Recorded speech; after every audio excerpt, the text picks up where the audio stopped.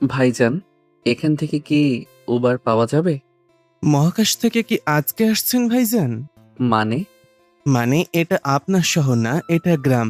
এখানে উবার পাওয়া যায় না, ভ্যান গাড়ি ভাড়া পাওয়া যায়। আচ্ছা, আপনি কোথায় যাবেন? চৌধুরী বাড়ি যাব। চিনেন আপনি?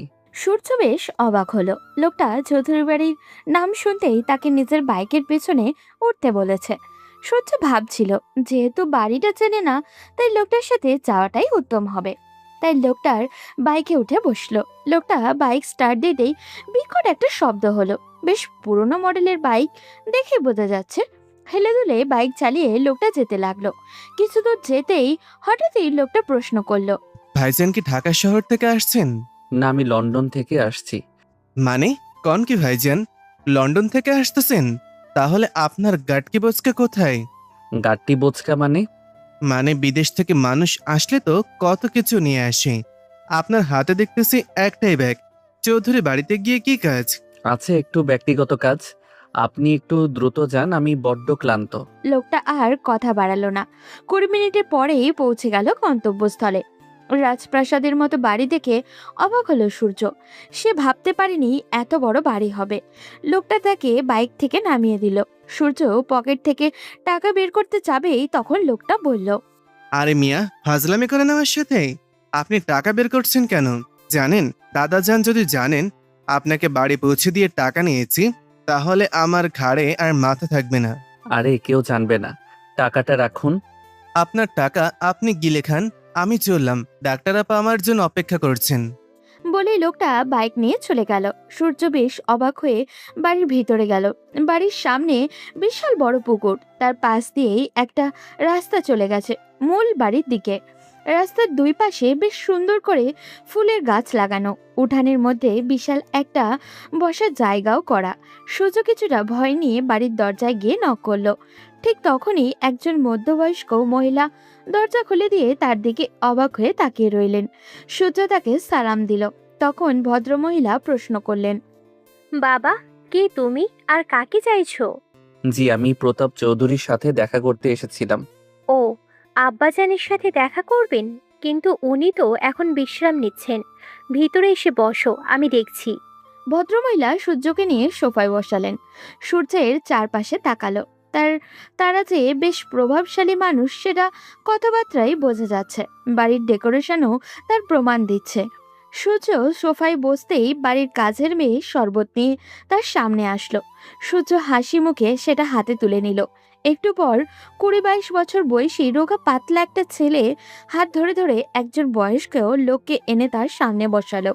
সূর্য তাকেও সালাম দিল।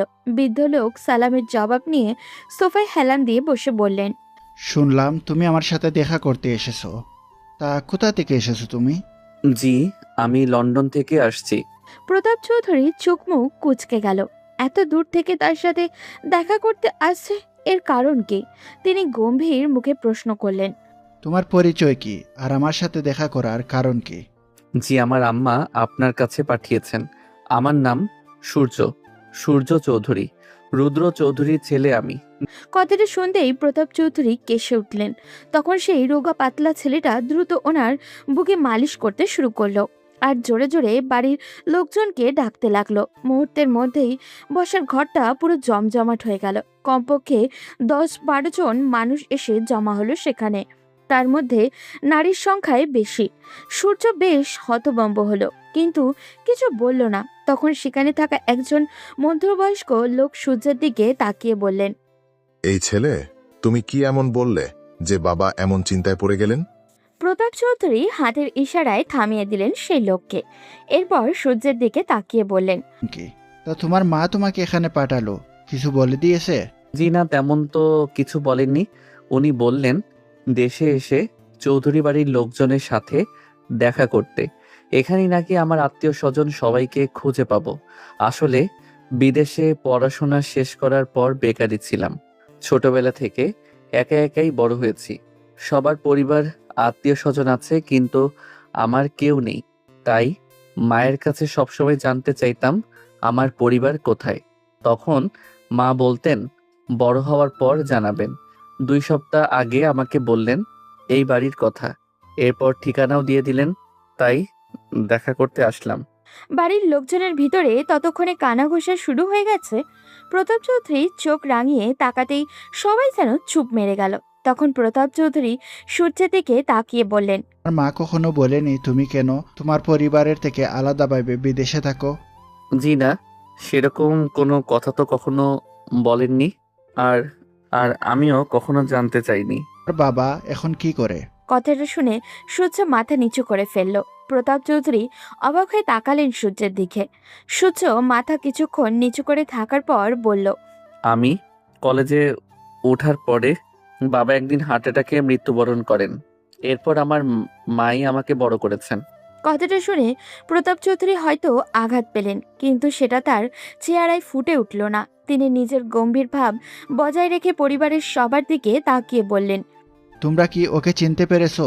ও রুদ্রের ছেলে সূর্য। তখন বাড়ির সবাই কিছুক্ষণের জন্য হাঁ হয়ে তাকিয়ে থাকলো সূর্যের দিকে। সেখানে দাঁড়িয়ে থাকা মধ্যবয়স্ক দুইজন লোক একে অপরের দিকে তাকালেন। এরপর প্রতাপ চৌধুরীর দিকে তাকিয়ে বললেন, আব্বা, আপনি ওর সাথে এভাবে কথা বলছেন কেন? ওকে এখনই বাড়ি থেকে বের করে দিন। ও কি জানে না ওর কোনো যোগ্যতা নেই এই বাড়ির ভিতরে প্রবেশ করার? হ্যাঁ আব্বা, আফতাব একদম ঠিক কথা বলেছে। ওর বাবা আমাদের সম্মান মাটির সাথে মিশিয়ে দিয়ে এরপরে ও কিভাবে এই বাসায় ঢুকলো? সূর্য বেশ অবাক হয়ে দুজনের দিকে তাকালো। তার মায়ের বক্তব্য অনুযায়ী তার বাবার আরো দুই ভাই ছিলেন, একজন আফতাব চৌধুরী আর অন্যজন আকরাম চৌধুরী। আফতাব চৌধুরী সবার ছোট আর আকরাম চৌধুরী সবার বড়। মাঝখানে তার বাবা রুদ্র চৌধুরী। তাদের একজন বোনও আছে যিনি সবার ছোট। সূর্য বুঝতে পারল এরাই তার দুইটা চাচা। সে অবাক হয়ে দুজনের দিকে তাকালো। তখন প্রতাপ চৌধুরী তার ছেলেদের দিকে তাকিয়ে বললেন, সবাই জানোয়ার হয়ে গেলেও আমি হতে পারি না। আমি জমিদার সূর্যশেখর চৌধুরীর ছেলে প্রতাপ চৌধুরী। লোকে আমাকে আমার মহানুভবতার কারণে চিনে। তাই ও যখন এসেছে তখন তাকে থাকতে দেয়া হোক। বাকি কথা আমি রাতে সবাই বাসায় ফিরলে বলবো। আব্বা, আপনি ভুল করছেন। এই ছেলেকে এখানে রাখা মানে আরেকটা কাল সাপ পোষা। আপনি আপনার ছেলেকে ঠিক এরকম লাই দিয়েছিলেন, আর সে আপনার সম্মান মাটির সাথে মিশিয়ে দিয়ে গেছে। এখন তার ছেলেকে আবার সুযোগ দিয়ে যেটুকু সম্মান অবশিষ্ট আছে সেটাও নষ্ট করতে চাইছেন? চুপ করো আফতাব, তোমার সাহস কি করে হলো? তুমি আমার মুখের উপর কথা বলো। ভুলে যেও না, প্রতাপ চৌধুরী কখনো নিজের কথার বাইরে কারো কথা শুনতে চায় না। রহিম, যা 2 তলার বড় রুমটা ওকে থাকার ব্যবস্থা করে দে। আর বাড়ির সবাইকে বলে দিচ্ছি, আমার কথার বাইরে ওর সাথে খারাপ ব্যবহার কেউ করতে পারবে না। তখন প্রতাপ চৌধুরীর সেবায় থাকা সেই রোগা পাতলা ছেলেটা এসে সূর্যের ব্যাগটা হাতে নিয়ে নিল। সূর্য বাড়ির লোকদের দিকে তাকালো। কেউ তার দিকে এখনো অবাক হয়ে তাকিয়ে আছে, আবার কেউ মুখ কালো করে দাঁড়িয়ে আছে। প্রতাপ চৌধুরী কথায় যে সবাই খুশি হননি এটা তাদের মুখ দেখেই বোঝা যাচ্ছে। সূর্য রহিম নামের ছেলেটার পিছন পিছন যেতে লাগলো, কারণ ভ্রমণ আর ক্লান্তির কারণে তার শরীরে একদম নুয়ে এসেছে। এখন সবার আগে বিশ্রামটা খুবই প্রয়োজন। সূর্য রুমে ঢুকতেই অবাক হয়ে গেল। এ তো তার বিদেশে থাকা বিলাসবহুল রুমের থেকেও বড়।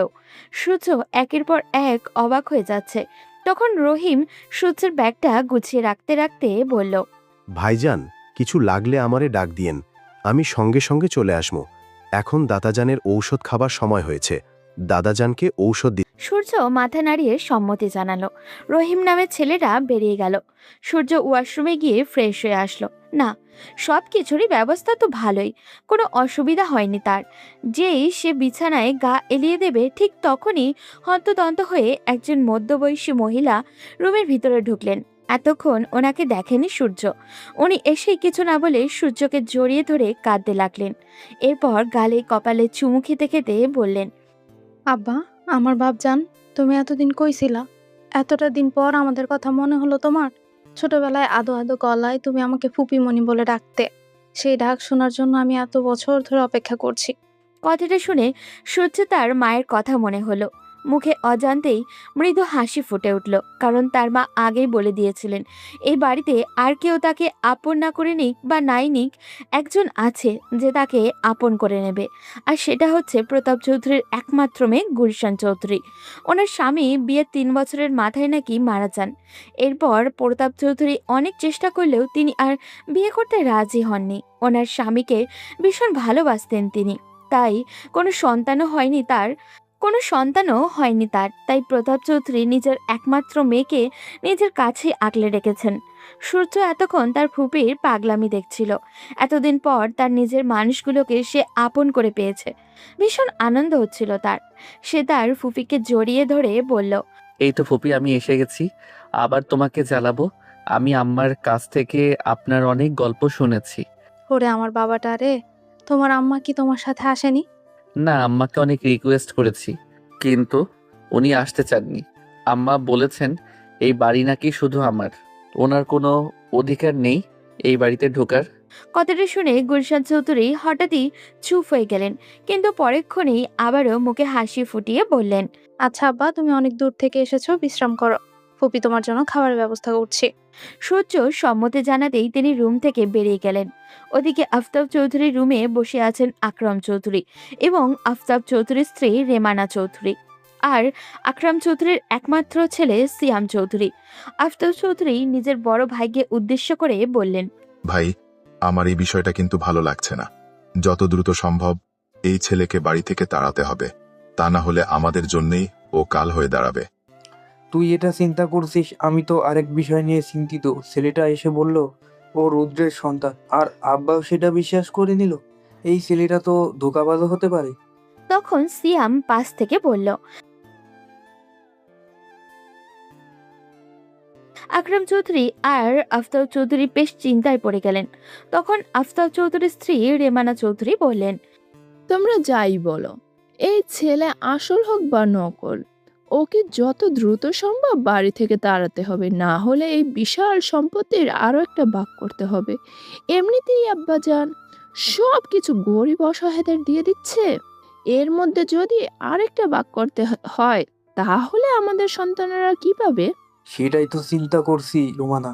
আচ্ছা দেখি, আমি আমার বাবাকে যতদূর জানি এত সহজে সবটা মেনে নিবে না। যেই ছেলে তার মুখে চুলকানি মাখিয়ে দেশ ছেড়ে পালিয়েছিল, সেই ছেলেকে এত সহজে ক্ষমা উনি করবে না। আজকে রাতে তো বাবা বললো কথা বলবে, দেখি আজ রাতে কি সিদ্ধান্ত হয়।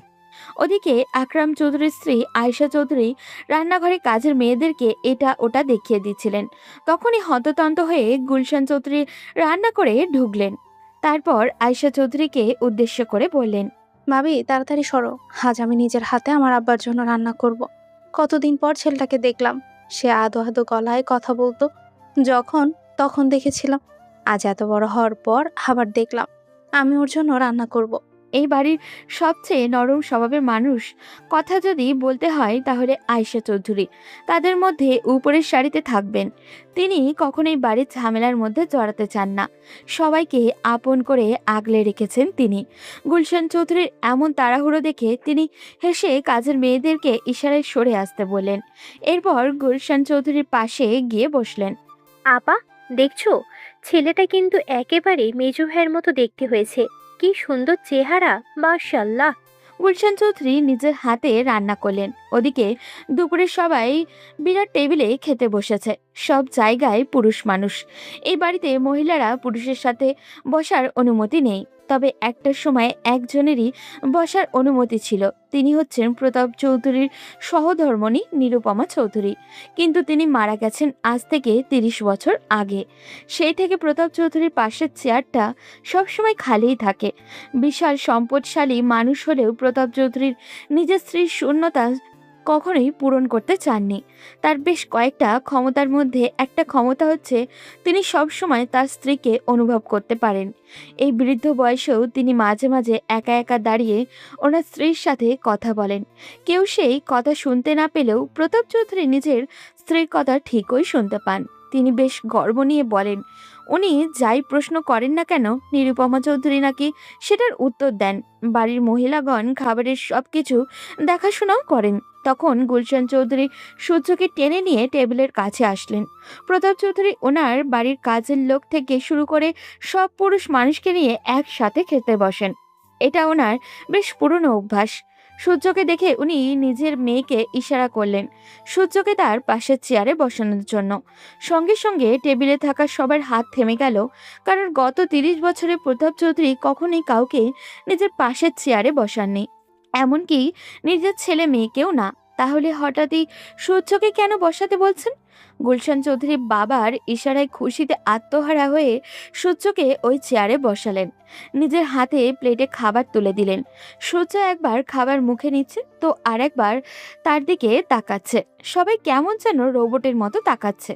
প্রতাপ চৌধুরী খাবার শেষে বিশ্রাম করতে চলে গেলেন। তখন সূর্য আবার নিজের রুমে ফিরে আসলো। ওদিকে গ্রামের ছোটখাটো একটা হাসপাতাল, বিশাল লম্বা লাইনের রোগী দেখতে দেখতে ক্লান্ত হয়ে এক তরুণী ডাক্তার নিজের কেবিন থেকে বের হলো। কিন্তু বাইরে আসতেই তো চক্ষু চড়ক গাছ, কারণ সে যে লোকটাকে নিজের টুকটাক কাজের জন্য রেখেছিল সেই লোকটা একজন বৃদ্ধ মহিলার হাতে থাকা প্রেসক্রিপশনটা দেখে এটা ওটা বলছে। মেয়েটা একটু এগিয়ে যেতেই শুনলো, শোনো বুড়ি, তোমার যে সমস্যা সেটা খুবই গুরুতর। তোমার ওপরের টিকিট চলে এসেছে। তোমাকে এখন বললে তুমি হার্ট অ্যাটাক করে মারা যাবে। তোমার নাতনির নাম্বার দাও, আমি ওকেই বলবো। ডাক্তার সাহেব, আমার চিকিৎসাটা করবেন না? পিছন থেকে আলিশার কণ্ঠ শুনে সোহেল হতভম্ব হয়ে যায়। এরপর নিজেকে স্বাভাবিক করে হাসি মুখে বলে, আরে আপা, আমি তো মজা করছিলাম, আপনি এটাকে সিরিয়াসলি দিয়ে দিলেন। এরকম মজার কাহিনী আমি অনেকবার শুনেছি সোহেল ভাই। তুমি আর ভালো হলে না। এখন চলো তাড়াতাড়ি, দাদাজান আমার জন্য অপেক্ষা করছে। হ্যাঁ হ্যাঁ আপা, চলেন। আলিশা সোহেলের পিছন পিছন যেতে লাগলো। সোহেলের বাবা প্রতাপ চৌধুরীর বেশ বিশ্বস্ত কর্মচারী ছিলেন। ছোটবেলা থেকেই সোহেল তার বাবার সাথে চৌধুরী বাড়ির আসা যাওয়া করত। সোহেলের বাবা মারা যাওয়ার পর প্রতাপ চৌধুরী সোহেলের দেখাশোনা করেন। এখন উনি ওনার নাতনির সাথে সব সময় তাকে থাকার নির্দেশ দিয়েছেন। গ্রামের রাস্তা দিয়ে হেঁটে যাচ্ছিল সোহেল আর আলিশা। গ্রামের মানুষজন আলিশাকে দেখলেই হাসি মুখে কথা বলে, কারণ এই মেয়েই তো বিশাল বড় সরকারি চাকরি ছেড়ে তাদের গ্রামে এসেছে চিকিৎসা দেওয়ার জন্য। সোহেল হাঁটতে হাঁটতে হঠাৎই বলল, আপা, আজকে তোমাদের বাসায় একটা লোক আসছে দাদাজানের সাথে দেখা করতে লন্ডন থেকে। আমি ভাবছি দাদাজানের পাওয়ার তো এখন আর দেশের ভেতরে আটকে নেই, দেশের বাইরে উঠতেছে। মানে লন্ডন থেকে কে দাদুর সাথে দেখা করতে আসলো? একটা ছেলে বাস স্ট্যান্ডে দাঁড়িয়ে উবার যাচ্ছিল। পরে আমি তাকে তোমাদের বাসায় পৌঁছে দিলাম। দেখে মনে হচ্ছিল বিদেশি, কিন্তু জানো লোকটা ভীষণ কিপটা। কেন, তোমার পকেট গরম হয়নি তাই না? আরে না আপা, আমাকে টাকা দিতে চাচ্ছিল, আমি নেইনি। সব জায়গায় কি আর নিজের আসল চেহারা দেখালে হয়? আমি কিপটা বলতেছি কারণ লোকটা এত দূর থেকে আসলো, কিন্তু সাথে কোনো বড় লাগেজ আনলো না। একটা ছোট্ট ট্রলি নিয়েই চলে আসছে এত দূর থেকে। আলিশা বুঝলো এই আত পাগলের সাথে কথা বলতে তার সময় নষ্ট হবে, তাই দ্রুত বাড়ির দিকে যেতে লাগলো। কিছু দূর যেতেই দেখতে পেল গ্রামের কলেজ ছুটি হয়েছে, ছাত্রছাত্রীরা বেরিয়ে আসছে। তাই সে কিছুক্ষণ অপেক্ষা করলো নিহাকে নিয়ে একদম ফিরবে। এবার তাদের পরিচয়টা দিয়েই দেই। আলিশা চৌধুরী হচ্ছে আকরাম চৌধুরীর একমাত্র মেয়ে। সিয়ামের থেকে বয়সে 3 বছরের ছোট। আর নিহা হচ্ছে আফতাব চৌধুরীর একমাত্র মেয়ে। এবার ইন্টার প্রথম বর্ষে পড়াশোনা করছে। আলিশা ঢাকা মেডিকেল কলেজ থেকে পড়াশোনা শেষ করে ওখানেই সরকারি চাকরির অফার পেয়েছিল, কিন্তু সেটা না করে নিজের দাদাজানের ইচ্ছা অনুযায়ী গ্রামের মানুষের সেবার জন্য গ্রামে ফিরে আসে। এরপর তার পরিচিত 2-3 জন ডাক্তারকে নিয়ে গ্রামের পাশেই একটা ছোটখাটো হসপিটাল দাদাজান খুলে দেন। এখন সেখানে গ্রামের মানুষদের চিকিৎসা করছে। গ্রামের মানুষের কাছে সে ভীষণ জনপ্রিয়। কিছুক্ষণ দাঁড়াতেই গেটের কাছ থেকে নিহা আলিশাকে দেখে এগিয়ে আসলো। এরপর 2 বোন বাসায় ফিরল। তখন বাড়ির পুকুর ঘাটে বসে দিয়ে মাছ শিকারের ব্যর্থ চেষ্টা চালিয়ে যাচ্ছিল সূর্য। গুলশান চৌধুরী আর আয়েশা চৌধুরী সেটা দেখে একে অপরকে জড়াজড়ি করে হাসছেন। এই দৃশ্য দেখে নিহা তার আদরের ফুপির আর বড় চাচির দিকে এগিয়ে এসে বলল, তোমাদের আমি কতদিন বলেছি ননদ আর ভাবির সম্পর্ক থাকবে সাপ আর বেজির মতো, একজন আরেকজনকে দেখলেই ফোঁস করে ফুলে উঠবে। তোমরা সেটা না করে সব সময় একে অপরের গায়ের সাথে গা লাগিয়ে ঘুরো কেন? ওসব আমি কই পারলাম নেহা, আমি ওই দায়িত্ব তোমার মায়ের হাতে ছেড়ে দিয়েছি। ঠিক তখনই নিহার নজরে এলো সুদর্শন এক যুবক বর্ষা দিয়ে মাছ ধরার ব্যর্থ চেষ্টায় লিপ্ত। তাকে দেখে নিহা জিজ্ঞাসা করলো, এটাকে দাদাজান কোথা থেকে ইনপুট করলো বড় আম্মু? এই কথা বলতেই গুলশান চৌধুরী নিহার মুখ চেপে ধরলেন। আলিশা সেটা দেখে এগিয়ে আসলো। সেও নিজেও এতক্ষণ দাঁড়িয়ে ওই মানুষটাকে দেখছিল, কিন্তু চিনতে পারছিল না। তখন তাদের দুজনের সংশয় ভাঙিয়ে দিয়ে গুলশান চৌধুরী বললেন, আরে ওকে তুই চিনবি না? আলিশা চিনবে, ও হচ্ছে তোর মেঝো চাচার ছেলে সূর্য। তোর মেজো চাচা যে লন্ডনে থাকতো তার একমাত্র ছেলে। আলিশা, তুই ওকে চিনতে পারিসনি? ও সূর্য। কথাটা শুনতেই আলিশার হাত থেকে অ্যাপ্রনটা পড়ে গেল। সে আরও একবার চোখের ইশারায় ফুপিকে জিজ্ঞাসা করলো কথাটা কি সত্যি কিনা। গুলশান চৌধুরী হাসি মুখে উত্তর দিল, না, হ্যাঁ। এবার আলিশার কান্না করে দেওয়ার মতো অবস্থা। সে কল্পনাও করতে পারেনি সূর্যকে আবার তার চোখের সামনে দেখবে। তাদের এই চিন্তা ভাবনার মাঝেই নিয়া হুট করেই বলে উঠল, আরে আম্মু বললো ওই চাচাকে নাকি দাদাজান বাড়ি থেকে তাড়িয়ে দিয়েছে। তাহলে ওনার ছেলেকে এই বাড়িতে ঢুকতে দিল কিভাবে এই বুড়ো? এই মেয়ে, আমার বাবাকে নিয়ে আরেকদিন যদি বাজে কথা বলিস তাহলে কিন্তু খুব খারাপ হয়ে যাবে। আসছে বাপের গুণগান গাইতে, সারাদিন যে মুখটা হাতির মতো করে রাখে তার ব্যাপারে আর কি বলবো। কোথায় দাদু হয়েছে নাতি নাতনিকে নিয়ে ঘুরবে, আড্ডা দিবে, তা না, উনি ওনার মরে যাওয়া বউয়ের সাথে রাসলীলা করতেই তো ব্যস্ত। আয়েশা চৌধুরী আর আলিশা ফুপি ভাইজির তুমুল ঝগড়া দেখে হাসতে হাসতে গড়াগড়ি খাচ্ছে। এরই মধ্যেই সূর্য বড়শিটা নিয়ে এসে উঠানে ছুঁড়ে ফেলে বলল, ফুপি, তুমি আমার সাথে এরকম মজা করতে পারলে? পুকুরে একটাও মাছ নেই আর তুমি আমাকে এখানে আধা ঘন্টা ধরে দাঁড় করিয়ে রাখলে। সূর্যের কথায় সবাই আরেক দফা হেসে নিল। তখন গুলশান চৌধুরী এগিয়ে এসে সূর্যের মাথায় হাত বুলাতে বুলাতে বললেন, মাছ আছে, কিন্তু তুই ধরতে পারিস না সেটা বল। কাল আব্বাকে বলবো লোক লাগিয়ে মাছ ধরাতে। এখন ওদের সাথে পরিচয় হয়ে নে। এই হচ্ছে তোর বড় চাচার মেয়ে আলিশা। ছোটবেলায় তুই যে কদিন এখানে ছিলি ও তোকে কোলে নিয়ে ঘুরতো, ও তোর বড় বোন। আর এই হচ্ছে নিহা, তোর ছোট চাচার মেয়ে। ওর সাথে বেশি মিশবি না, খুব শয়তান মেয়ে। এই মহিলা, ফাজলামি মারো আমার সাথে? সুন্দর একটা পোলার সামনে আমাকে অপমান করতে চাইছো? এর ফলাফল কিন্তু খুব খারাপ হবে। রাতে ঘুমের মধ্যে গিয়ে ঘাড় মটকে দিব। এই আপা, তুমিও না ওর সাথে এখন ঝগড়া করছো? চলো ঘরের ভিতরে যাই। এরপর তারা সবাই একসাথে ভিতরে ঢুকলো। এই দৃশ্য চোখে পড়তেই এই বাড়ির ছোট বউ অর্থাৎ আফতাব চৌধুরীর স্ত্রী রুমানা চৌধুরী নিজের স্বামীকে উদ্দেশ্য করে বললেন, আদিক্ষেতা দেখো ওনাদের।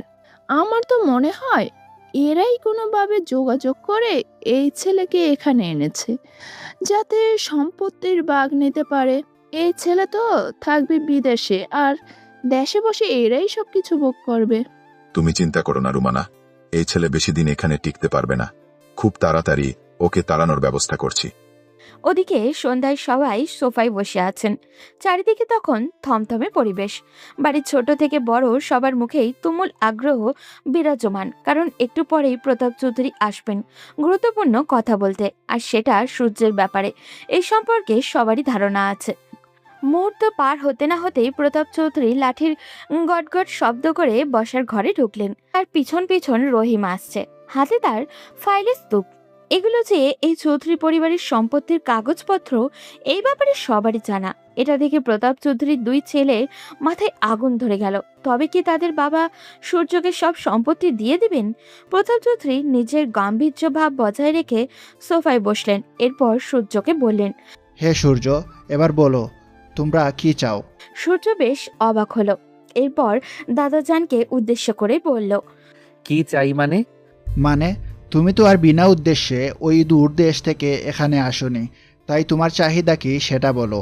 আমার কোনো চাহিদা নেই, কোনো কিছু পাওয়ারও আশা নেই। দেখো সূর্য, তুমি আমাকে চিনো না, তাই আমার সামনে মিথ্যা বলার সাহস করছো। বিশ্বাস করেন দাদাজান, আমি সত্যি বলছি। আপনাকে কেন মিথ্যা বলবো? তার মানে কি তুমি তোমার বাবার প্রাপ্য সম্পত্তি নিতে এখানে আসোনি? না দাদাজান। তুমি লন্ডনে কি করো? সূর্য এবার চমকে গেল। কি উত্তর দিবে সে? কিন্তু এখন তাকে স্বাভাবিক থাকতে হবে, তাই সে নিচু স্বরে বলল, জি, পড়াশোনা সবে শেষ করেছি। এখন ছোটখাটো একটা রেস্টুরেন্টে ওয়েটারের জব করি। চেষ্টা করছি ভালো একটা চাকরির। সূর্যের কথা শুনতেই বাড়ির লোকদের মুখে বিদ্রুপের হাসি ফুটে উঠল। তাদের কাছে এই চাকরি খুবই নগণ্য। চৌধুরী বাড়ির ছেলে কিনা রেস্টুরেন্টে ওয়েটারের জব করবে, আর করলেই বাকি। তারা তো এই ছেলেকে বাড়ির লোক বলে মনেই করে না। সূর্যের দাদা কিছুক্ষণ চুপ করে থাকলেন, এরপর বললেন, তা এখানে থাকবে নাকি আবার নিজের মায়ের কাছে ফিরে যাবে? কয়েকদিন থেকেই চলে যাব। আমার আম্মার তো আমি ছাড়া কেউ নেই। আচ্ছা, তাহলে রুমে যাও, এখন আমি বাকিদের সাথে কথা বলবো। আর তোমার যতদিন ইচ্ছা থাকো, যা ইচ্ছে করো, এসব তোমারই। সূর্য হাসি মুখে নিজের রুমে চলে গেল। তখন প্রতাপ চৌধুরী নিজের ছেলেদের উদ্দেশ্য করে বললেন, এতদিন তোমাদের বলার পরেও আমি সম্পত্তি ভাগ করে দেইনি, কারণ আমার সম্পত্তির উত্তরাধিকারী 4 জন। তাদের মধ্যে একজন অনুপস্থিত ছিল। এখন যখন তার ছেলে চলে এসেছে, সে না চাইলেও জন্ম যখন দিয়েছি তখন তার ভাগটা আমি তার ছেলের হাতে তুলে দিতে চাই। সেটা নিয়ে সূর্য হয়তো বিদেশে ভালো কিছু একটা করতে পারবে। বাবা, আপনি এসব কি বলছেন? আপনি তো ওর বাবাকে বাড়ি থেকে বের করে দিয়েছিলেন, তাহলে আজ কেন রুদ্রের সন্তান এই বাড়ির সম্পত্তি পাবে? হ্যাঁ বাবা, আমরা কেউ চাই না ওই লোকটার কোনো অস্তিত্ব এ বাড়িতে থাকুক। আমরা ওকে ঘৃণা করি। আপনার কথার অবাধ্য হয়ে যে লোকটা একটা রাস্তার মেয়ের জন্য সবার মুখে চুনকালি মাখিয়েছিল, সেই লোকের অস্তিত্ব আপনি আবার ফিরিয়ে আনতে চাইছেন? প্রতাপ চৌধুরী খুব বুদ্ধিমান মানুষ। তিনি চুপচাপ কিছুক্ষণ ছেলেদের আপত্তি শুনলেন। তিনি জানেন তার এই 2 ছেলে খুবই স্বার্থপর। নিজেদের স্বার্থ ছাড়া তারা কিছুই বোঝে না। এমনকি তাদের একমাত্র বোনকেও যখন প্রতাপ চৌধুরী এই বাড়িতে রাখার সিদ্ধান্ত নিয়েছিলেন, তখন তারা আপত্তি করেছিলেন। তাই তিনি কিছুক্ষণ চুপ করে থাকার পর বললেন, তোমরা কি ভাবছো, যদি সূর্য ফিরে না আসতো তাহলে রুদ্রের সম্পত্তি আমি তোমাদের হাতে তুলে দিতাম? কখনোই না। আমি এই সম্পত্তি গরিব অসহায় মানুষদের মাঝে বিলিয়ে দিতাম। আমি কারো হকের উপর হাত দিতে চাই না। সন্তান হিসেবে যখন জন্ম দিয়েছি, আমি স্বীকার করি আর না করি, এটা ওর প্রাপ্য ছিল। যেহেতু ওর সন্তান বিদেশে কষ্ট করছে, আমার উচিত ওর প্রাপ্য ওকে বুঝিয়ে দেওয়া। কিন্তু বাবা, আজ পর্যন্ত আপনি আমাদের কথার কোনো মূল্যায়ন করেন। ছোটবেলায় থেকে আপনি যা বলেছেন তাই শুনে এসেছি, কিন্তু আপনার কাছে কখনো ঠিক মূল্যায়নটা পাইনি। আপনি সবসময় আমাদেরকে এক চোখে আর রুদ্র ও তার পরিবারকে আরেক চোখে দেখে এসেছেন। এই কথা শুনে প্রতাপ চৌধুরী ভীষণ রেগে গেলেন। তিনি কখনো নিজের সন্তানদের মধ্যে কাউকে আলাদা চোখে দেখেননি। এরপরেও নিজের বড় ছেলের মুখ থেকে এমন কথা শুনে তিনি বেশ রেগে বললেন। প্রতাপ চৌধুরী এমন রাগী চেহারা দেখে তারা 2 জন ভড়কে গেলেন। উঠে যাওয়ার সময় প্রতাপ চৌধুরীর ছোট ছেলে আফতাব চৌধুরী বাবার দিকে আরো একবার ফিরে তাকিয়ে বলল, এই কাজটা আপনি একদম ঠিক করলেন না আব্বা। আমরা কখনোই আপনার কথার অবাধ্য হতে চাইনি, কিন্তু আপনি আজ যেটা করলেন তাতে আমাদেরকে বাধ্য করছেন আপনার সাথে তর্ক করতে। বলেই তারা 2 ভাই সেখান থেকে চলে গেল। আকরাম চৌধুরী ঘরে এসে 2 ভাই ঢুকতেই পেছন পেছন সিয়াম আর রোমানা চৌধুরীও প্রবেশ করলো। রোমানা চৌধুরী ঘরে ঢুকতেই বলল, আমি আগেই বলেছিলাম এই ছেলে কোনো সাধারণ উদ্দেশ্য নিয়ে এখানে আসেনি। এবার হলো তো, আর কত অপেক্ষা করবে? না, এখন আর মেনে নেওয়া যাচ্ছে না ভাইজান। কিছু একটা করো ভাইজান। বাবা দিনের পর দিন আমাদেরকে আমাদের প্রাপ্য অধিকার থেকে বঞ্চিত করে আসছে। এর একটা প্রতিবাদ আমাদেরকে করতেই হবে।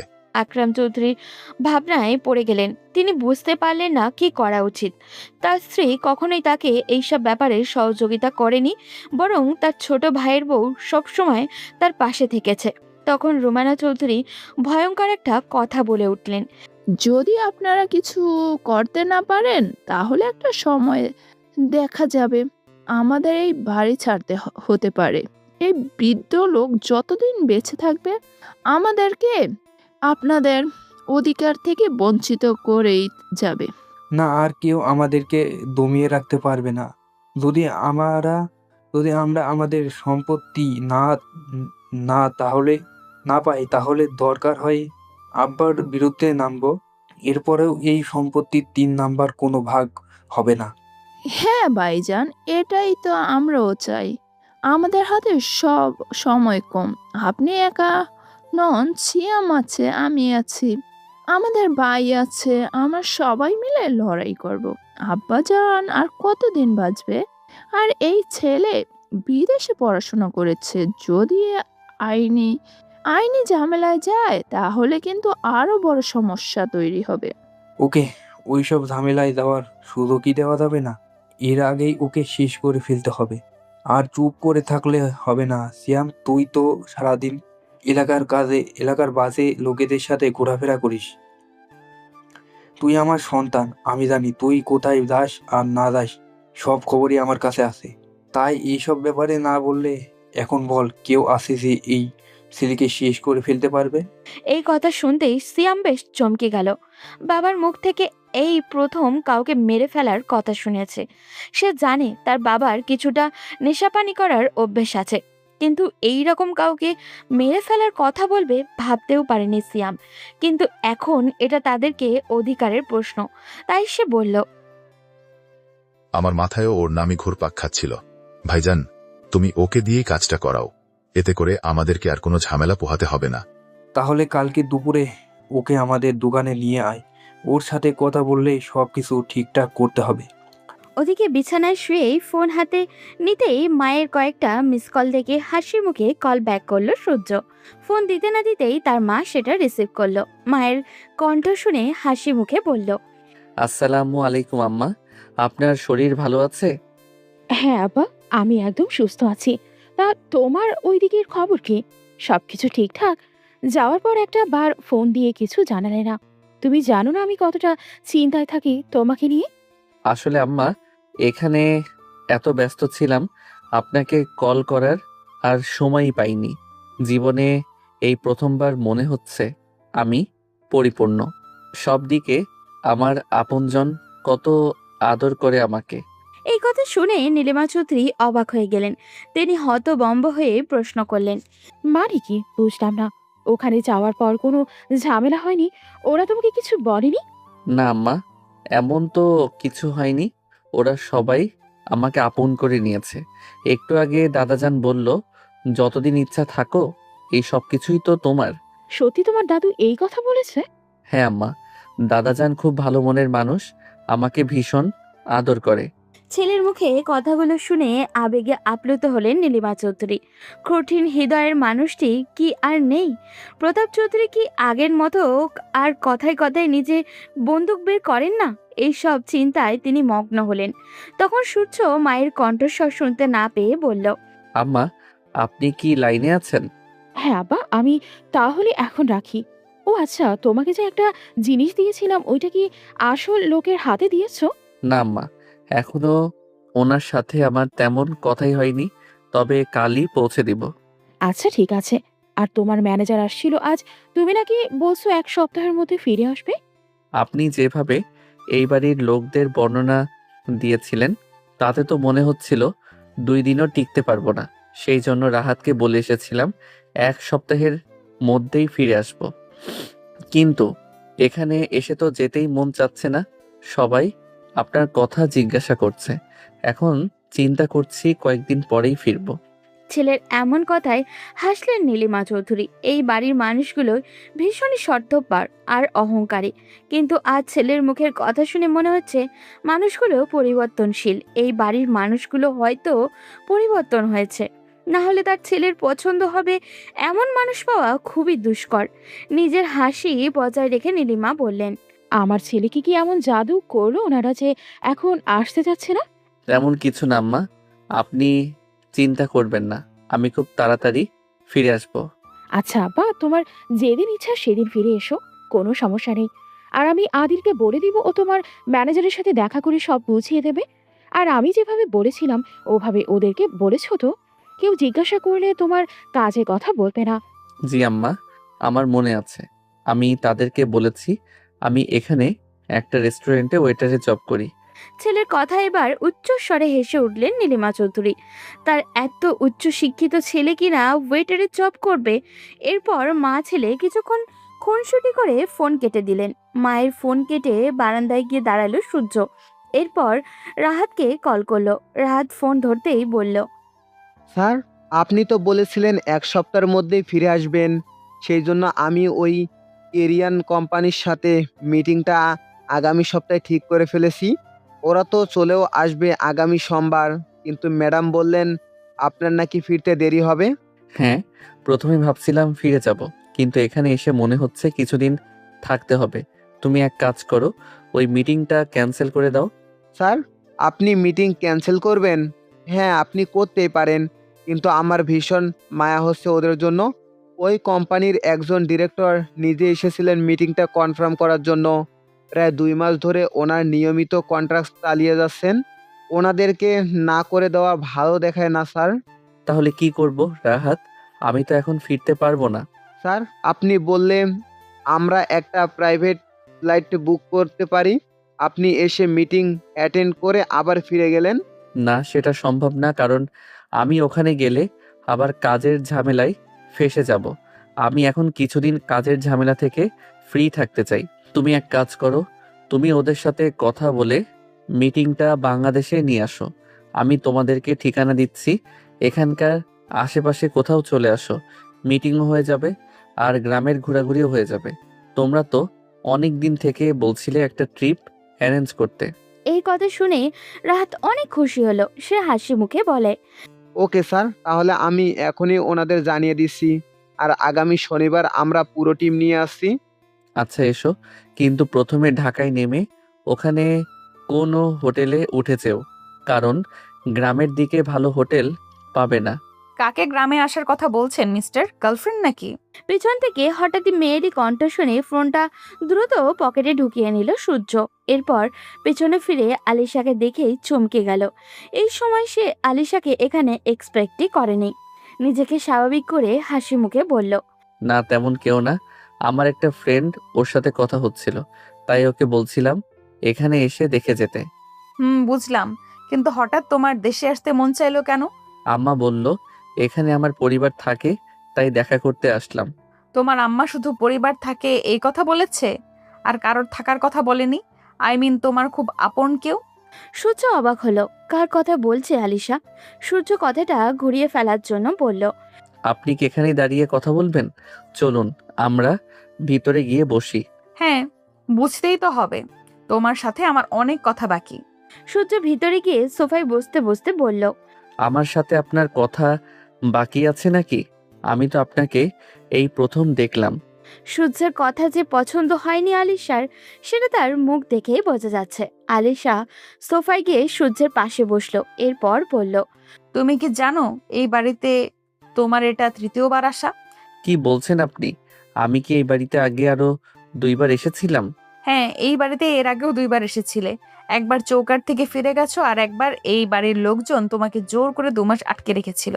সূর্য অবাক হলো আলিশার কথা শুনে। আলিশা কোন ব্যাপারে কথা বলছে সে ব্যাপারটা বিন্দুমাত্র ধারণা নেই তার।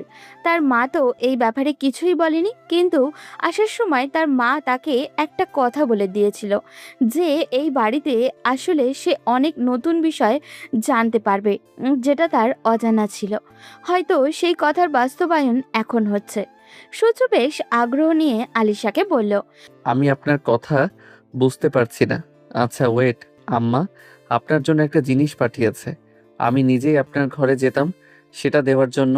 অনেক রাত হয়ে গেছে, তাই ভাবছিলাম সকালে যাব। আলিশা বেশ অবাক হলো। তার মেজ চাচি আবার কি পাঠালো তার জন্য? সে অবাক হয়ে তাকিয়ে রইল সূর্যর দিকে। সূর্য নিজের ব্যাগটা খুলে একটা ছোট ব্যাগ এগিয়ে দিল আলিশার দিকে। আলিশা ব্যাগটা খুলতে গিয়ে দেখলো বেশ শক্তভাবে এটা আটকানো, যাতে কেউ খুলতে না পারে। ব্যাগটা খুলতেই আলিশা বলতে চোখ দিয়ে জল গড়িয়ে পড়ল, কারণ এটা তার মেজ চাচির বিয়ের গহনা, সাথে এটা ছোট্ট চিরকুট।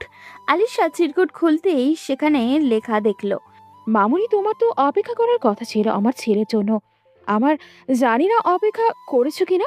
যদি করে থাকো তাহলে নাও, পাঠিয়ে দিলাম তোমার জিনিস তোমার কাছে। এখন পারলে আটকে রেখো, আর না পারলে আমাকে দোষারোপ করো না। আমি তোমাকে সুযোগ দিলাম, আর আমি চাই তুমি নিজে থেকেই আমার ছেলেকে সব সত্যি কথা বলবে। এই বাড়িতে শুনশান ছাড়া, গুলশান ছাড়া অন্য কেউ আমার ছেলেকে সত্যটা জানাবে না, সেটা আমি জানি। গুলশান এখন কোথায় আছে সেটাও তো জানা নেই, তাই এই দায়িত্বটা তোমাকে দিলাম। আমি আমার সূর্যকে অতীত সম্পর্কে বিন্দুমাত্র জানতে দেইনি। যদি তোমার মনে হয় আমার ছেলেকে সত্যটা জানানোর দরকার, তাহলে তুমি নিজে থেকেই সত্যটা ওকে জানিয়ে দিও। ইতি তোমাদের সবার ঘৃণার পাত্রী তোমার মেজ চাচি। চিরকুট পরে আলিশা মুচকি হাসল। সূর্য হত বম্বের মতো সব দেখছিল। মেয়েটা একবার কান্না করতে তো একবার হাসছে, কিন্তু এর কারণটা কি সেটা বোধগম্য হলো না তার। এই প্রশ্ন করলো, কি এমন জিনিস আছে এটার ভিতরে যে আপনি এটা দেখে একবার কাঁদেন তো আরেকবার হাসেন? পাগল টাগল হলেন নাকি? হ্যাঁ, পাগল তো হয়েছি, কিন্তু কেন হয়েছে সেটা জানার আগে নিজের অতীত সম্পর্কে তোমার জানা দরকার। তোমার কি জানতে ইচ্ছে করে না কেন তুমি এই সুন্দর পরিবার ছেড়ে এত দূরে থাকো? সূর্য বেশ খুশি হলো। সে এটাই জানতে চাইছিল, কিন্তু কাউকে জিজ্ঞাসা করতে পারছিল না। কারণ এই বাড়িতে সে ফিরে আসার অনেকে যে অখুশি হয়েছে সেটা বোঝার মতো ক্ষমতা তার আছে। বিশেষ করে তার দুই চাচা যে ভীষণ বিরক্ত সেই ব্যাপারে তার স্পষ্ট ধারণা হয়ে গেছে, কিন্তু সেটার কারণ জানতো না। আজ যখন সুযোগ পেয়েছে সব জানার, তাহলে সেটা কোনোভাবেই হাতছাড়া করবে না সে। আপনি আমাকে সত্যি বলবেন? হ্যাঁ, এবার শোনো, আমি তোমার থেকে বয়সে 5 বছরের বড়। সবকিছু যে নিজের চোখে দেখেছি তা কিন্তু নয়, তবে এমন মানুষের কাছ থেকে শুনেছি যারা কখনোই মিথ্যা বলে না। আজ থেকে 27 বছর আগের ঘটনা। তখন মেঝো চাচা অর্থাৎ তোমার বাবা রুদ্র চৌধুরী ঢাকা থেকে ডাক্তারি পড়ে সবেমাত্র গ্রামে ফিরেছেন।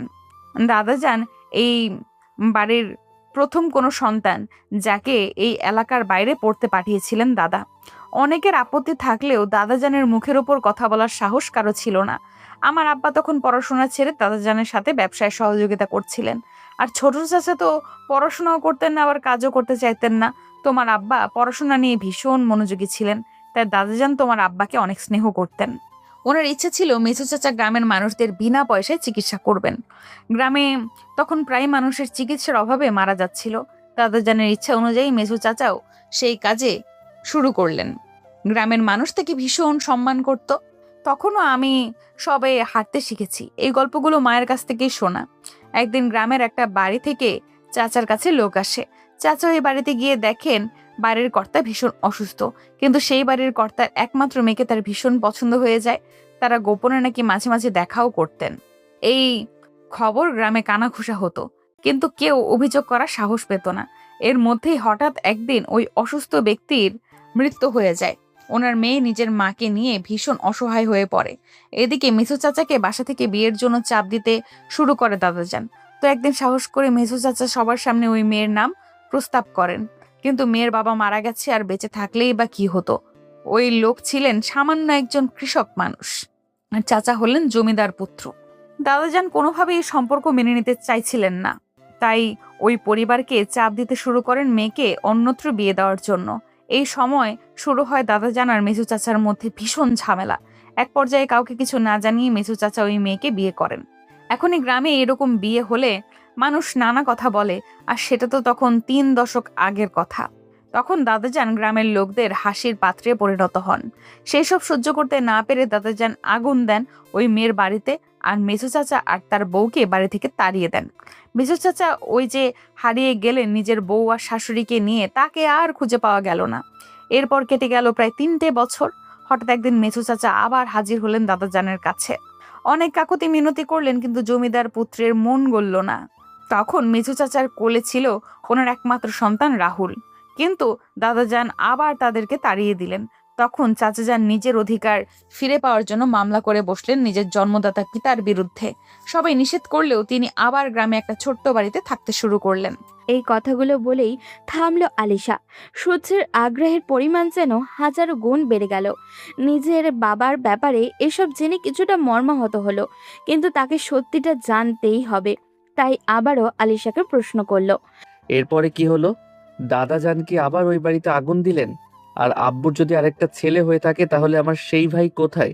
সূর্যের এমন প্রশ্নে আলিশা সশব্দে হাসলো। সূর্য অবাক হলো, কিন্তু বিপরীতে কোনো কথা বলল না। আলিশা নিজের হাসি থামিয়ে বলল, আগে তো আমার পুরো কথা শোনো।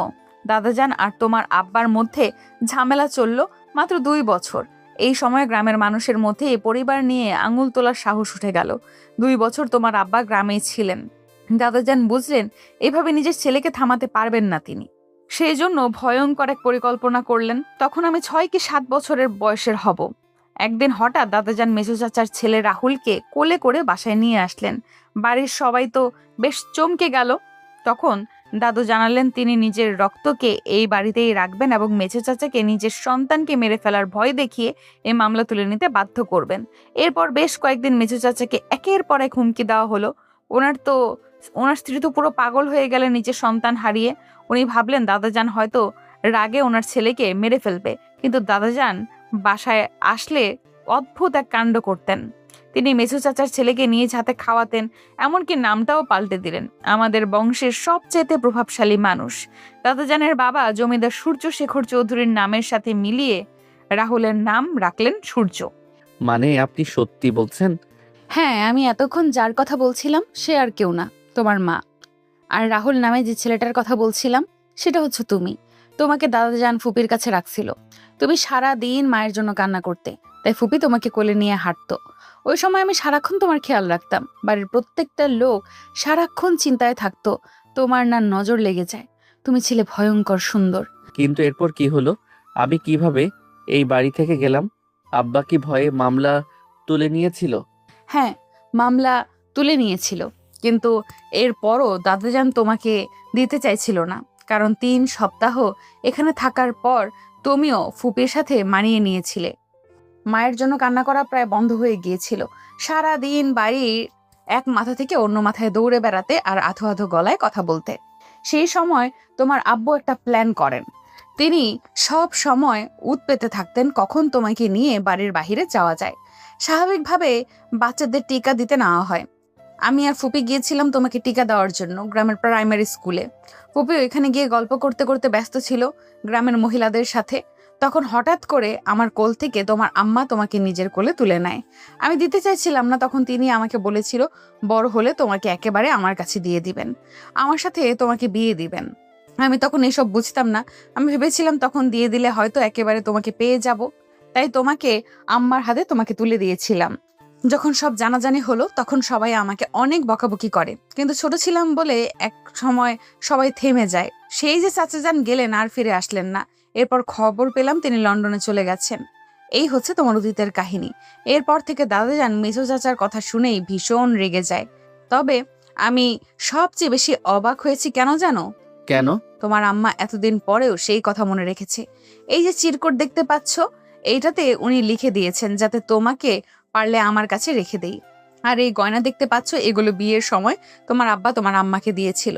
সূর্যের মাথা ঘুরতে শুরু করলো। তার কাছে সবকিছু স্বপ্নের মতো মনে হচ্ছে।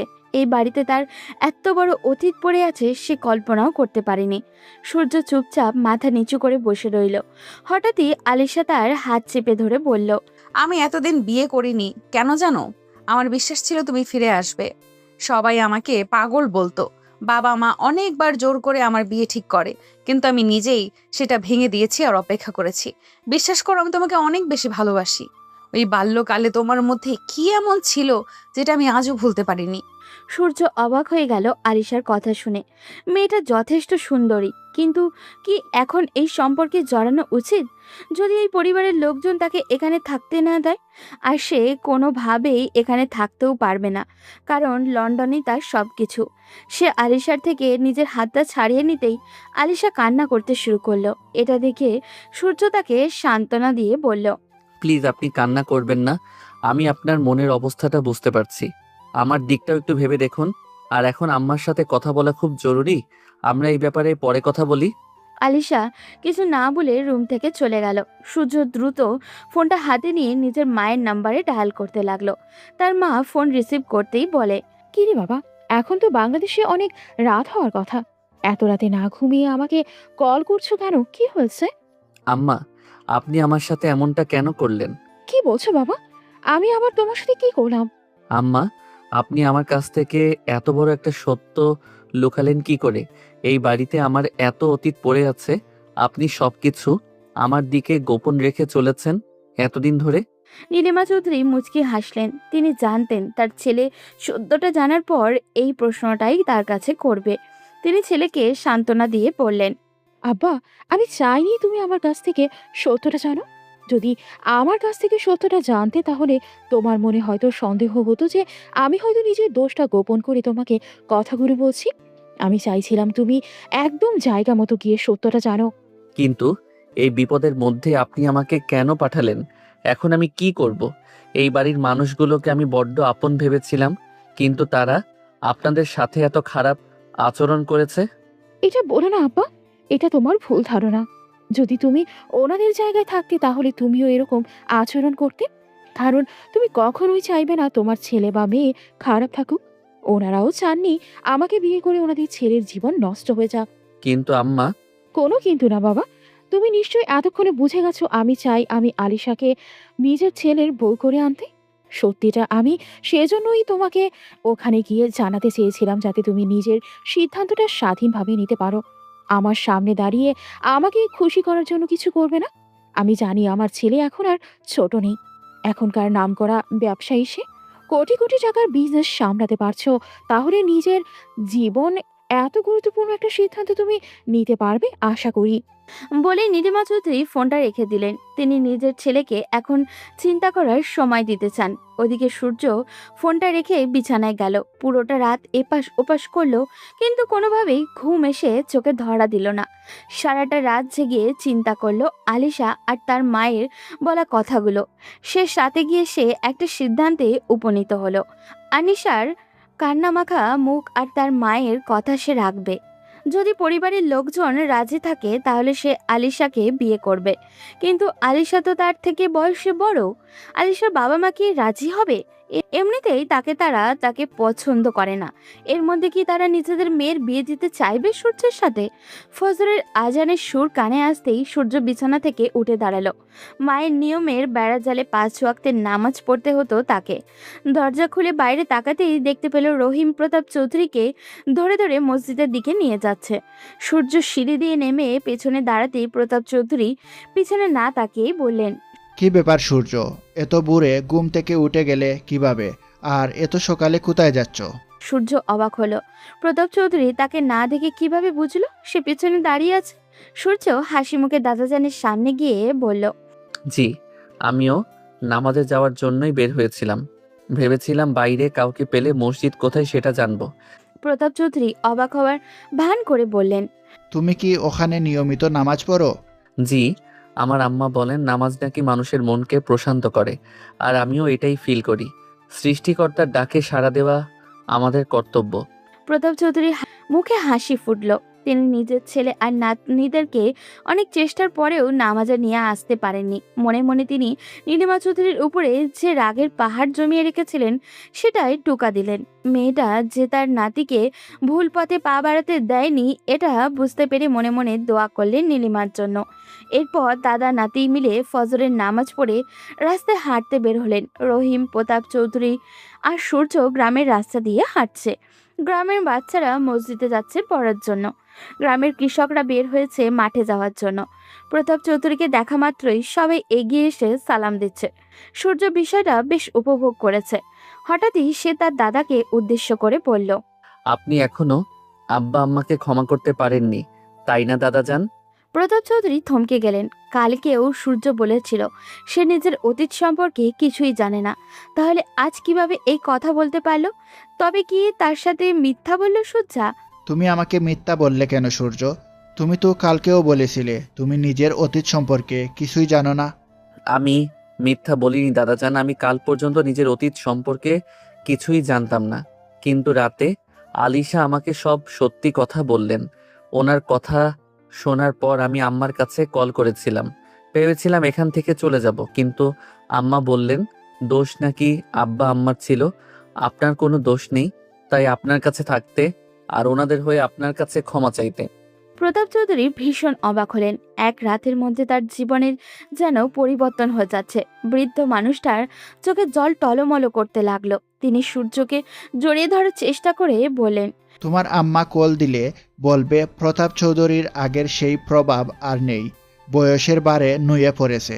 যদি প্রতিশোধ নেবার হয় তাহলে চলে আসতে। দাদাজান, এমনভাবে বলবেন না। আমি এখানে আসার পর বিশ্বাস করবেন না কতটা শান্তি পেয়েছি। আমার নিজেকে অনেক ভাগ্যবান মনে হচ্ছে। আমার এত বড় একটা পরিবার আছে এটা দেখে। প্রতাপ চৌধুরী আর কিছু বললেন না, হাঁটতে লাগলেন। বাসায় এসে দেখলেন আয়শা চৌধুরী নাস্তা তৈরি করতে ফেলেছেন।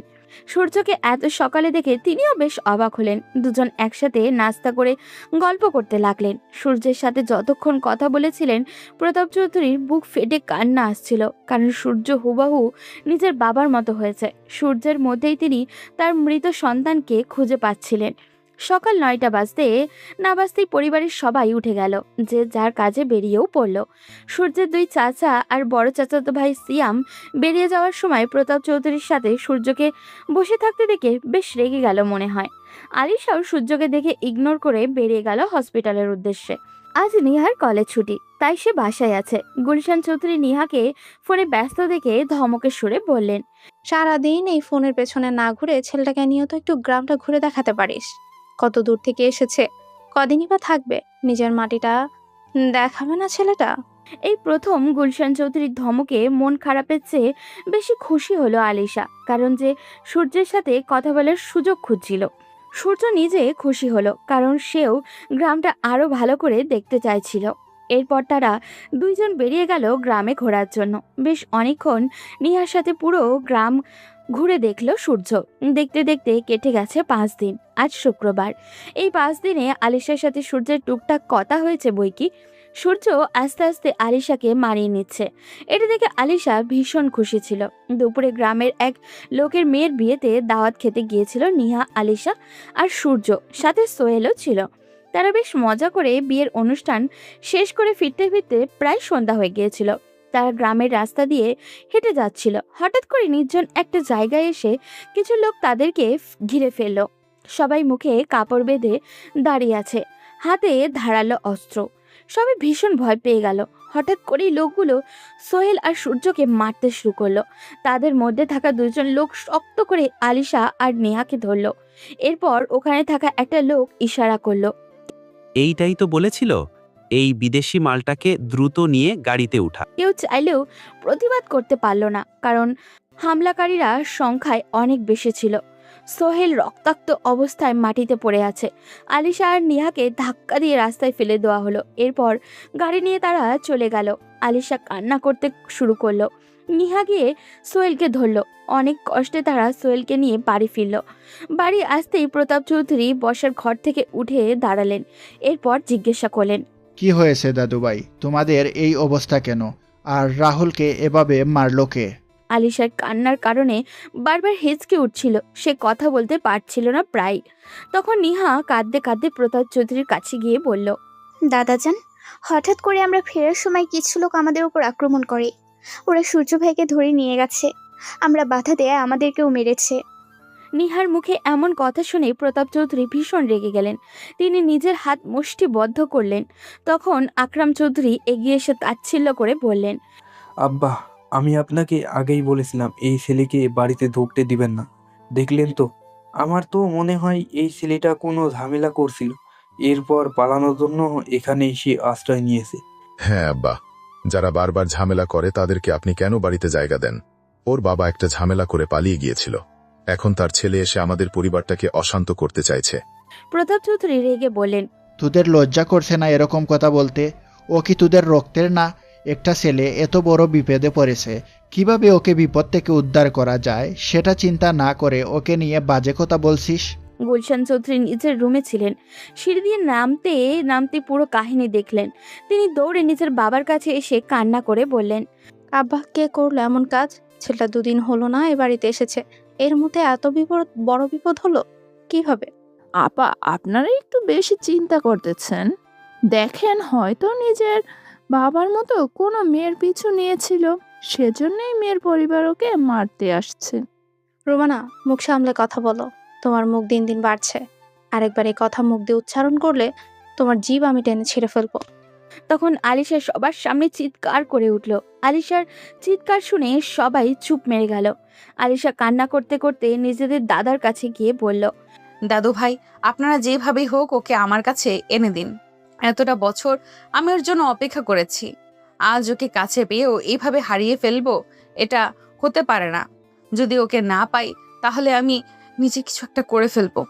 তুমি শান্ত হও দিদিভাই, আমি এখনই খোঁজ নিচ্ছি। রহিম, তুই যা, গ্রামের কয়েকজন লোককে পাঠা ওকে খোঁজার জন্য। রহিম দ্রুত বাড়ির বাইরে এসে গ্রামের কিছু লোক জড়ো করে খুঁজতে বের হলো। আকরাম চৌধুরী, আফতাব চৌধুরী আর সিয়াম ও সূর্যকে খোঁজার নাটক করতে লাগলো। কিন্তু পুরো রাত খুঁজেও সূর্যের কোনো সন্ধান পাওয়া গেল না। ওদিকে সূর্যের মা অনবরত নিজের সন্তানকে কল করে যাচ্ছেন, কিন্তু সূর্য কল ধরছেন না। তিনি ভীষণ চিন্তায় পড়ে গেলেন। রাহাত একটু আগেও বলেছিল তারা সবাই বাংলাদেশে যাচ্ছে, এখন হয়তো তারা ফ্লাইটে আছে, তাই রাহাতও কল ধরছে না। তিনি একা একা বাসায় চিন্তায় অস্থির হয়ে পড়লেন। পরদিন সকাল হতেই রাহাত এবং বাকি লোকেরা বাংলাদেশে নামলো। রাহাত নেমে সূর্যকে কল করতে লাগলো, কিন্তু সূর্যের ফোন বন্ধ। হঠাৎ করেই এভাবে ফোন বন্ধ কেন, এটা ভেবে সে চিন্তায় পড়ে গেল। দুপুর গড়িয়ে বিকেল হলো। কোরিয়ান সেই কোম্পানির লোকজন দেশে নেমেছে বিকাল 3টার দিকে।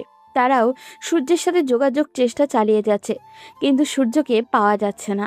সেজন্য রাহাত বাধ্য হয়েই সূর্যের মাকে কল করলো। নীলিমা চৌধুরী ফোন ধরতেই বললেন, রাহাত বাবা, আমার সূর্য কল ধরছে না কেন? ওর ফোন বন্ধ কেন বাবা? ম্যাডাম, আমি তো সেটা জানার জন্যই আপনাকে কল করছি। আমি আজকে সকালেই বাংলাদেশে নামলাম। প্রথমে ভাবলাম স্যার ব্যস্ত, তাই কল ধরতে পারছেন না, কিন্তু সারাদিন পেরিয়ে বিকেল হতে চলেছে, এখনো স্যার ফোন ধরছেন না। কালকে রাতেও তো স্যারের সাথে আমার কথা হলো। নীলিমা চৌধুরীর এবার কান্না করে দিলেন। তাহলে কি তার সাথে ছেলের সাথে খারাপ কিছু হয়েছে? তিনি কান্না করতে করতে রাহাতকে বললেন, বাবা, তুমি হাত গুটিয়ে বসে থেকো না। আদিলকে নিয়ে দ্রুত আমি একটা ঠিকানা দিচ্ছি, ওখানে যাও, গিয়ে দেখো ওকে পাও কিনা। আচ্ছা ম্যাডাম, আপনি চিন্তা করবেন না, আমি আদিল স্যারকে নিয়ে এখনই বের হচ্ছি। আপনি চিন্তা করবেন না, আপনার প্রেশার আছে, ভুলে যাবেন না। না বাবা, তুমি দ্রুত আদিলকে বলো আমার জন্য একটা টিকিটের ব্যবস্থা করতে। আমি দেশে আসতে চাই। ম্যাডাম, এত অস্থির হবেন না, আমরা আগে গিয়ে দেখি। যদি স্যারকে না পাই তাহলে আপনারা এখানে আসার ব্যবস্থা করব। আপাতত আপনি বিশ্রাম নিন। নীলিমা চৌধুরী শান্ত হতে পারলেন না। ওদিকে রাহাত আদিল আর সূর্যের কিছু গার্ডকে নিয়ে বেরিয়ে বলল নীলিমা চৌধুরীর দেওয়া ঠিকানা অনুযায়ী বাকিদেরকেও হোটেলে থাকতে বলল।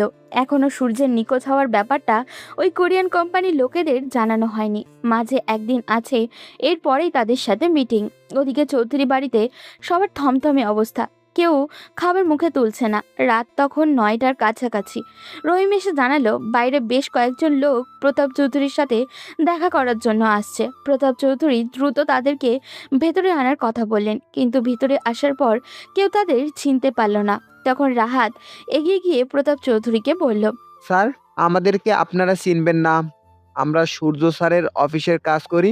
ওনাকে গতকাল থেকে আমরা অনেকভাবে কন্ট্যাক্ট করার ট্রাই করছি, কিন্তু কোনোভাবে পারছি না। এরপর ওনার আম্মু আমাদেরকে এই ঠিকানা দিলেন। উনি কোথায়? চৌধুরী বাড়ির সবাই বেশ অবাক হলেও সূর্য বলেছিল সে একটা রেস্টুরেন্টের ওয়েটার, কিন্তু এই লোকগুলো বলছে সূর্য তাদের বস। এটা কিভাবে সম্ভব? তখন প্রতাপ চৌধুরী মাথা নিচু করে বললেন, ওকে 2 দিন ধরে খুঁজে পাওয়া যাচ্ছে না। 2 দিন আগে কিছু লোক ওর উপর আক্রমণ করে তুলে নিয়ে যায়। এরপর থেকে আর কোনো খোঁজ পাওয়া যাচ্ছে না। এই কথা শুনে রাহাত আর আদিলের মাথার আকাশ ভেঙে পড়ল। আদিল দ্রুত এগিয়ে এসে বলল, আপনারা কি বলছেন এসব? মাথা ঠিক আছে? যদি ওর কিছু হয়ে যায় তাহলে আপনাদের কাউকে আমি ছাড়ব না। 2 দিন হয়ে গেছে ওকে আপনারা খুঁজে পাচ্ছেন না। আপনারা কি পুলিশের সাথে যোগাযোগ করেছেন?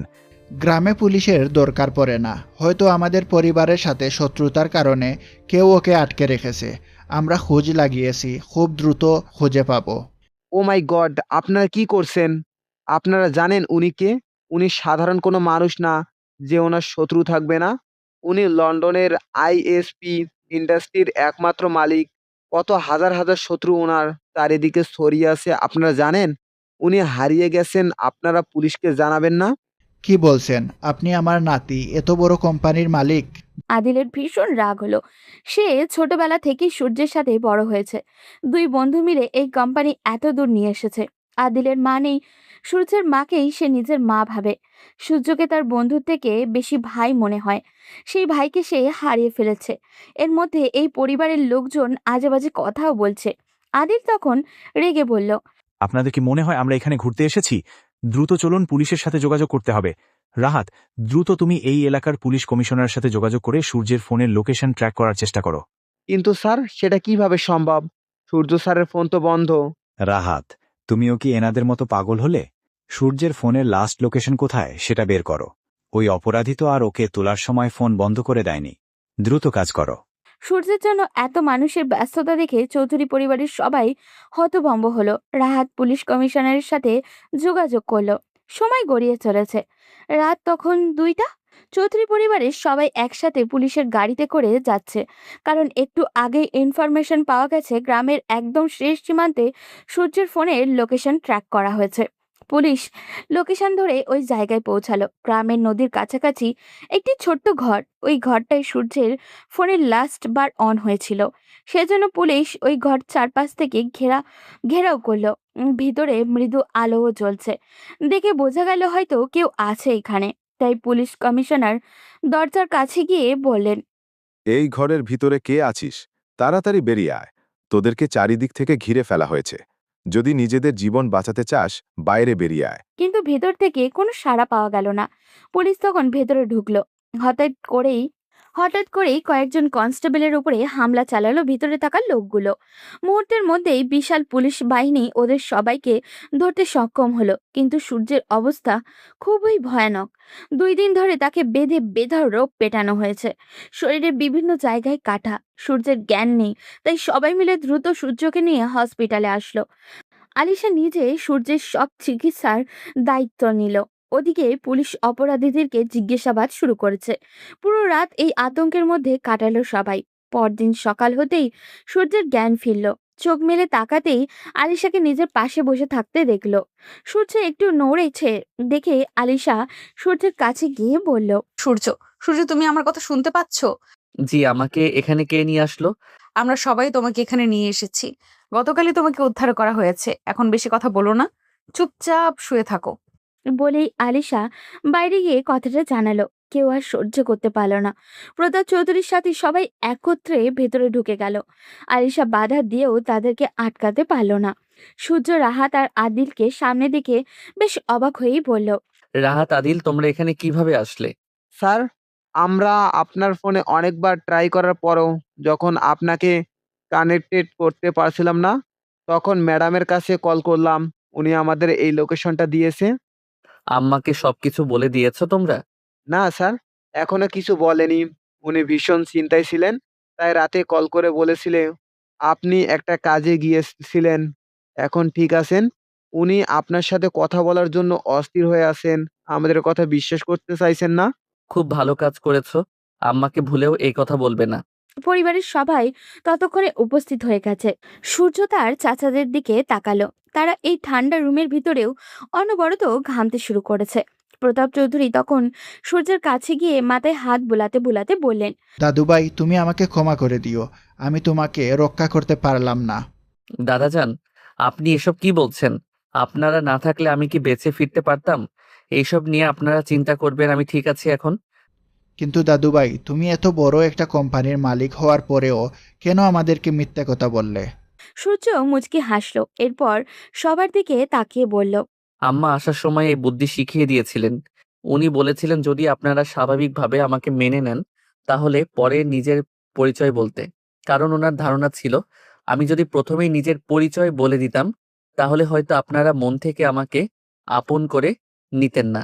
আমার অবস্থান দেখে আমাকে কাছে টেনে নিতেন। কিন্তু আম্মা চাইছিলেন আপনারা যেন আমাকে মন থেকে আপন করে নেন। আর আমি এটাতে সফল হয়েছি।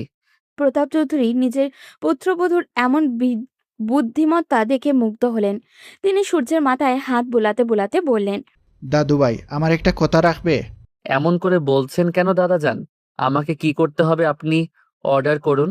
তুমি তোমার আম্মুকে কল করে এখানে আসার কথা বলো, না হলে আমাকে ফোন ধরিয়ে দাও। আমি তোমার আম্মুকে এখানে আসার কথা বলি।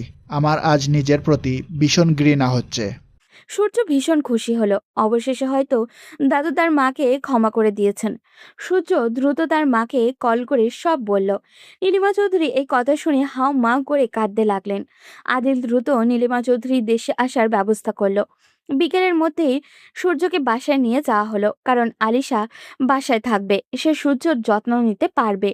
বিকেলে যখনই সবাই একসাথে বসেছিল তখন পুলিশ আসলো প্রতাপ চৌধুরীর সাথে দেখা করতে। সূর্য সোফার উপরে হেলান দিয়ে বসেছিল। পুলিশ অফিসারকে দেখে তার বুঝতে বাকি রইল না এনারা কেন এখানে এসেছেন। পুলিশ অফিসার সূর্যের দাদুকে বললেন, আপনার নাতিকে কারা অপহরণ করে খুন করার চেষ্টা করেছিল সেই ব্যাপারে আমরা ইনফরমেশন পেয়ে গেছি। কার এত বড় সাহস আমার নাতিকে মারতে চায়? আপনারা তাদের ধরেননি এখনো? অপরাধীদের ধরার জন্যই এসেছি। সূর্য তখন পুলিশ অফিসারকে দিকে তাকিয়ে বলল, অফিসার, প্লিজ আপনার কাছে একটা রিকোয়েস্ট করছি। এটা আমাদের পারিবারিক বিষয়। আমি চাই না এই ব্যাপারে আপনারা কোনো হস্তক্ষেপ করুন। আপনারা আমাকে খুঁজে পেতে ভীষণ সহযোগিতা করেছেন, এর জন্য আমরা কৃতজ্ঞ।